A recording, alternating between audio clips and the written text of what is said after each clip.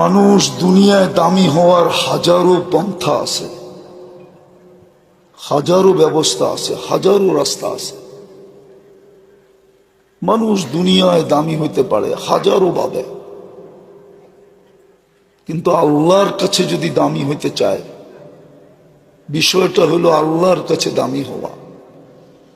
মানুষ মানুষের কাছে দামি হইলে কতক্ষণই হয়, বেশিক্ষণ না। প্রমাণ আপনাদেরকে দিয়ে দেওয়া যাবে। মা বাবা বড় ধন, ঠিক না? না ধন না? আরে বলেন না, মা বাবা বড় ধন না?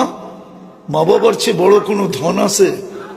হ্যাঁ, কিন্তু যাদের মা বাবা নাই, একজনও তো নাই এখানে ডেলি 2 রাকাত মা বাবার জন্য নফল পড়ে, একজনও নাই।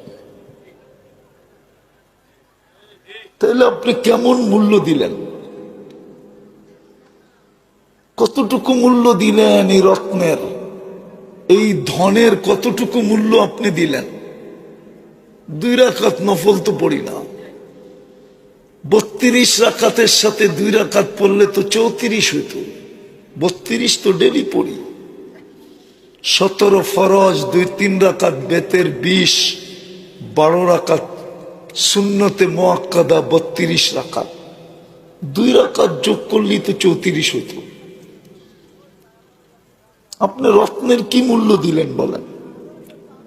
একটু আগেই তো স্বীকার করলেন মা বাবার মতো বড় রত্ন আর কিছু নাই, মা বাবার মতো ধন আর কিছু নাই, মা বাবার মতো দামি আর কিছু নাই। কিন্তু প্রমাণ কি এটা যে 2 রাকাত ওনাদের জন্য ডেলি নফল পড়ি না? 2টা টাকা ডেলি ওনাদের নামে সদকা দান দেই না, দান করি না? হবে না এখানে কেউ অভ্যস্ত যে আমি সকাল ওই পর্যন্ত শুরু করি না যতক্ষণ পর্যন্ত 2 টাকা মা বাবার নামে না দিই। 2 টাকা। এখন ভিক্ষুক 5 টাকার নিচে নেয় না, আমি 2 টাকা বললাম।